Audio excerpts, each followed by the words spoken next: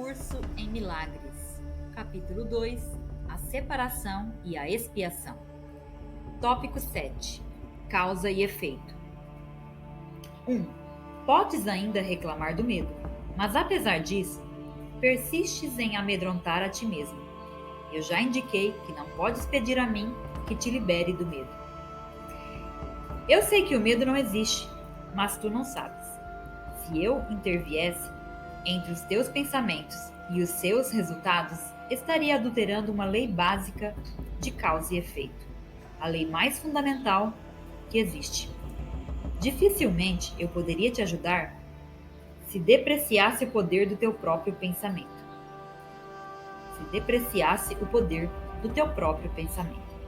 Isso estaria em oposição direta ao propósito desse curso.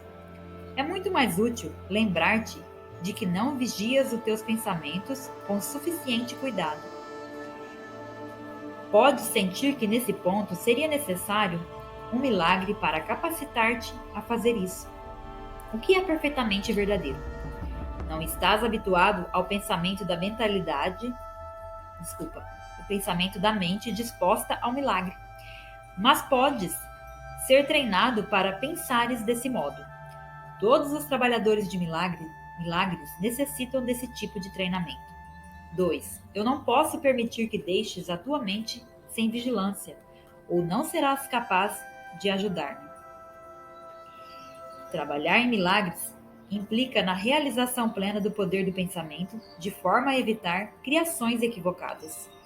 De outro modo, será necessário um milagre para endireitar a própria mente. Um processo circular que não promoveria o colapso do tempo para o qual o milagre foi intencionado. O trabalhador de milagres tem que ter respeito genuíno pela verdadeira lei de causa e efeito, como uma condição necessária para que o milagre ocorra. 3. Tanto os milagres quanto o medo vêm dos pensamentos. Se não estás livre para escolher um deles, também não estás livre para escolher o outro. Escolhendo o milagre, rejeitaste o medo. Mesmo que apenas temporariamente, tens estado amedrontado com todas as pessoas e todas as coisas. Tens medo de Deus, de mim e de ti mesmo. Tu nos percebeste mal ou nos criaste equivocadamente e acreditas no que fizeste. Não terias feito isso se não tivesses medo dos teus próprios pensamentos. Os que têm medo não podem deixar de criar de forma equivocada, porque percebem equivocadamente a criação. Quando crias de forma equivocada, estás em dor. O princípio de causa e efeito agora vem a ser um real expedidor, embora apenas temporariamente. De fato, abre aspas, causa, fecha aspas, é um termo que, propriamente, pertence a Deus. E seu efeito é o Filho de Deus. E isso acarreta um conjunto de relações de causa e efeito totalmente diferentes daquelas que introduzes na criação equivocada. O conflito fundamental nesse mundo, portanto, se dá entre criação e criação equivocada. Todo medo está implícito na segunda e todo amor na primeira. O conflito é, portanto, um conflito entre amor e medo. 4. Já foi dito que acreditas que não podes controlar o medo porque tu mesmo o fizeste e a tua crença nele parece deixá-lo fora do teu controle. No entanto, qualquer tentativa de resolver o erro, tentando dominar o medo através da maestria, é inútil. De fato, ela afirma o poder do medo pela própria suposição de que o medo tem que ser domado. A verdadeira solução baseia-se inteiramente na maestria através do amor. Nesse interim, contudo, o senso de conflito é inevitável, já que te colocaste em uma posição na qual acreditas no poder do que não existe. 5. Nada e tudo não podem coexistir. Acreditar em um é negar o outro. O medo, na realidade, é nada e o amor é tudo. Sempre que a luz penetra na escuridão, a escuridão é abolida. O que acreditas é verdadeiro para ti. Nesse sentido, a separação ocorreu e negá-la é meramente usar a negação de maneira imprópria. Porém, Concentrar-te no erro é apenas mais um erro. O procedimento corretivo inicial é reconhecer temporariamente que existe um problema, mas só com uma indicação de que é necessário uma correção imediata. Isso estabelece um estado na mente no qual a expiação pode ser aceita sem adiamento. Contudo, deve-se enfatizar que, em última instância, nenhuma transigência é possível entre tudo e nada. O tempo é essencialmente um instrumento através do qual pode-se desistir de toda transigência a esse respeito. Ele apenas parece ser abolido por etapas, porque o tempo em si mesmo envolve intervalos que não existem. A criação equivocada fez com que isso fosse necessário como medida corretiva, a declaração, abre aspas, porque Deus amou ao mundo de tal maneira que deu o seu único Filho unigênito para que todo o que nele crê não pereça, mas tenha a vida eterna. Fecha aspas. Só precisa de uma leve correção para ser significativa nesse contexto. Ele deu ao seu Filho unigênito. 6. Deve-se notar especialmente que Deus só tem um filho. Se todas as suas criações são seus filhos, cada um tem que ser uma parte integral de toda a filiação. A filiação, em uma unicidade, transcende a soma de suas partes. Todavia, isso fica obscuro, enquanto qualquer uma de suas partes está faltando. É por isso que, em última instância, o conflito não pode ser resolvido até que todas as partes da filiação tenham retornado. Só então pode o significado da integridade em seu verdadeiro sentido ser compreendido.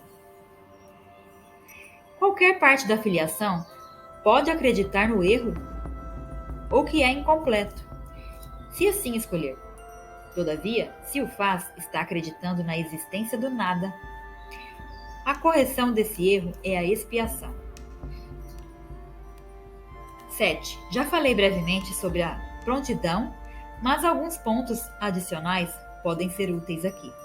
A prontidão é apenas o pré-requisito para a realização.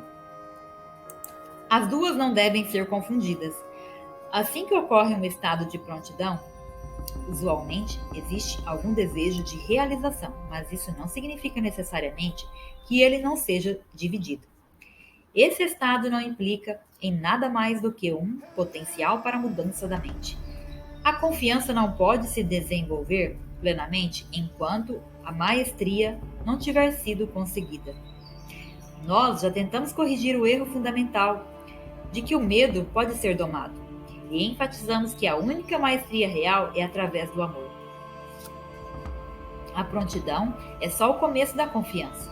Podes pensar que isso implique na necessidade de uma enorme quantidade de tempo entre a prontidão e a maestria. Mas permita-me lembrar-te de que o tempo e o espaço estão sob o meu controle. Tópico 8. O significado do juízo final.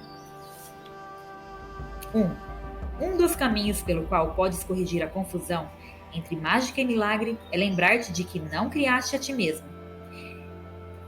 Estás apto a esquecer isso quando vens a ser egocêntrico. E isso te coloca em uma posição na qual a crença na mágica é virtualmente inevitável. A tua vontade de criar te foi dada pelo teu Criador, que estava expressando a mesma vontade na sua criação. Como a capacidade criativa reside na mente, tudo o que crias não pode deixar de ser uma questão de vontade. Daí também decorre que qualquer coisa que faças sozinho é real no teu modo próprio de ver, embora não na mente de Deus. Essa distinção básica conduz diretamente ao real significado do juízo final. 2. O juízo final é uma das ideias mais ameaçadoras no teu pensamento. Isso é assim porque não compreendes. O julgamento não é um atributo de Deus. Veio a ser só depois da separação, quando tornou-se um dos muitos instrumentos de aprendizado a ser anexado ao plano geral. Assim como a separação ocorreu No decurso de milhões de anos, o juízo final vai se estender por um período similarmente longo, e talvez até mais longo.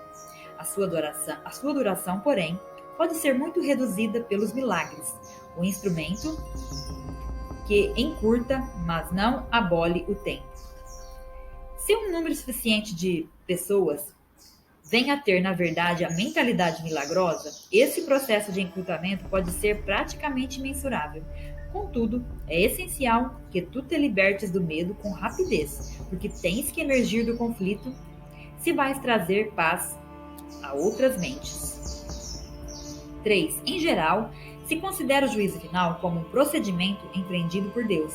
De fato, será empreendido por meus irmãos, com a minha ajuda. É uma cura final, ao invés de um acerto punitivo. Por mais que possas pensar que a punição é merecida, a punição é um conceito totalmente oposto à mentalidade certa.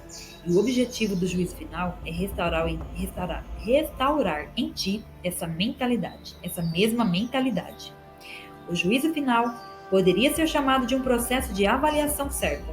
Simplesmente significa que todas as pessoas finalmente virão a compreender o que tem valor e o que não tem. Depois disso, a capacidade de escolher pode ser dirigida racionalmente, até que essa distinção seja feita, porém, as oscilações entre a vontade livre e a vontade aprisionada não podem senão continuar. 4. O primeiro passo para a liberdade envolve uma seleção entre o falso e o verdadeiro.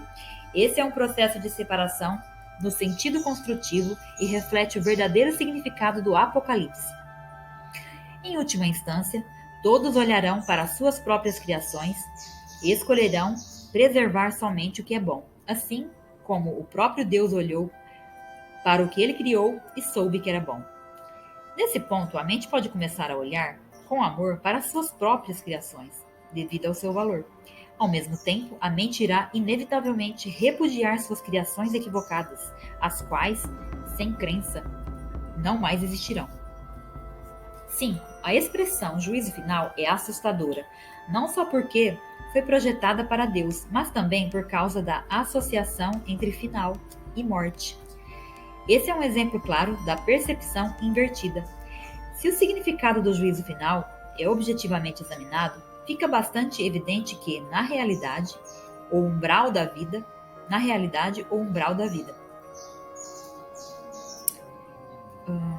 Se o significado do juízo final é objetivamente examinado, fica bastante evidente que é, na realidade, o umbral da vida.